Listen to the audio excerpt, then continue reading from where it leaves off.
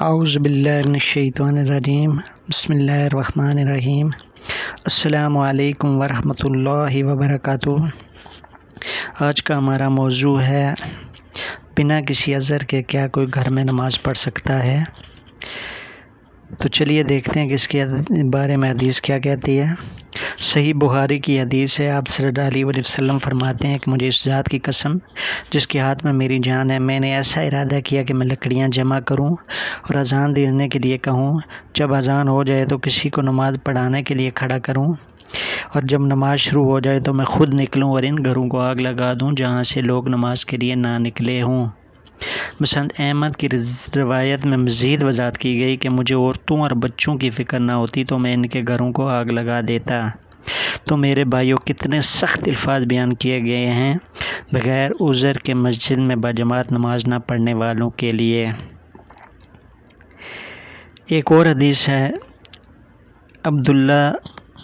عبداللہ ابن ام مکتوب رضی اللہ تعالیٰ عنہ تشریف لاتے ہیں اور کہتے ہیں کہ اے اللہ کے رسول صلی اللہ علیہ وسلم، میں نابینا انسان ہوں، میرا گھر مسجد سے دور ہے،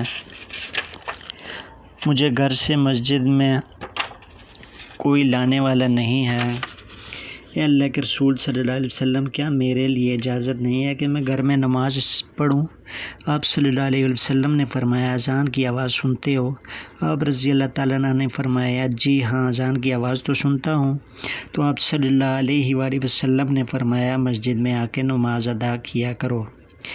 چوتھا عذر لے کے پھر آئے اور کہا کہ اے اللہ کے رسول صلی اللہ علیہ وسلم، میرے گھر اور مسجد کے راستے میں درخت ہیں، جھاڑیاں ہیں، اور تو میں کسی درخت سے ٹکرا جاؤں تو میں کیا کروں گا؟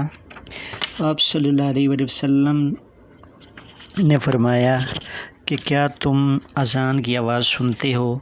آپ رضی اللہ تعالیٰ عنہ نے کہا کہ جی ہاں، اذان تو میں سنتا ہوں۔ تو آپ صلی اللہ علیہ وآلہ وسلم نے فرمایا، مسجد میں آ کے نماز ادا کرو۔ پانچواں عذر پیش کرتے ہیں کہ مدینے کے اندر جانور ہیں، درندے ہیں، رات کو نماز کے لیے نکلوں تو کسی جانور سے الجھ جاؤں تو میرا کیا بنے گا؟ آپ صلی اللہ علیہ وآلہ وسلم نے فرمایا کہ جس گھر میں رہتے ہو وہاں مؤذن کی آواز پہنچتی ہے؟ آپ رضی اللہ تعالیٰ نے کہا، جی ہاں، مؤذن کی آواز تو آتی ہے۔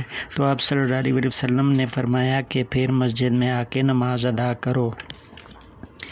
چھٹا عذر پیش کرتے ہیں کہ میں بہت بوڑھا ہو چکا ہوں، حتیٰ کہ میری ہڈیاں بھی باریک ہو چکی ہیں، کہ اب بھی میں گھر میں نماز نہیں پڑھ سکتا۔ تو آپ صلی اللہ علیہ وآلہ وسلم نے فرمایا کہ کیا آواز سنتے ہو کہ حی علی الصلاۃ، او نماز کی طرف، حی علی الفلاح، او کامیابی کی طرف؟ تو کہا کہ جی ہاں، آواز تو سنتا ہوں۔ تو آپ صلی اللہ علیہ وسلم نے فرمایا کہ پھر مسجد میں آ کے نماز ادا کیا کرو۔ تو میرے بھائیوں، آپ نے سنا کہ 6 بڑے عذر پیش کیے گئے، اس کے باوجود حضور اکرم صلی اللہ علیہ وآلہ وسلم نے مسجد میں آ کے نماز ادا کرنے کا حکم دیا۔ اس وقت تو بغیر مائک، بغیر کسی الیکٹرانک آلہ کے اذان دی جاتی تھی، اب تو اذان کی آواز دور تک جاتی ہے۔ آج کے وقت بہت ہی کم ایسے گھر ہوں گے شاید جہاں تک اذان کی آواز نہ پہنچتی ہو۔ تو میرے بھائیوں، میرے اور آپ کے پاس ایسا کون سا عذر ہوگا جو ہم پیش کریں گے؟ اس لیے کوشش کریں کہ 5 وقت باجماعت نماز مسجد میں ادا کریں۔ آپ سوچیں کہ جو ایمان ہمیں گھر سے مسجد تک نہ لے کے جا سکتا ہو، وہ ایمان ہمیں دنیا سے جنت تک کا سفر کیسے طے کروائے گا؟ ہاں، اگر آدمی بیمار ہے یا سفر کی وجہ سے یا پھر کسی اور شرعی وجہ سے اس کی نماز رہ جائے تو وہ گھر میں نماز ادا کر سکتا ہے۔ اس ویڈیو کو آگے شیئر کر کے صدقہ جاریہ میں اپنا حصہ ڈالیے۔ اللہ پاک سے دعا ہے کہ وہ ہمیں 5 وقت نماز باجماعت مسجد میں ادا کرنے کی توفیق عطا فرمائے اور ہم سب کو صراط مستقیم پہ چلائے۔ آمین یا رب العالمین۔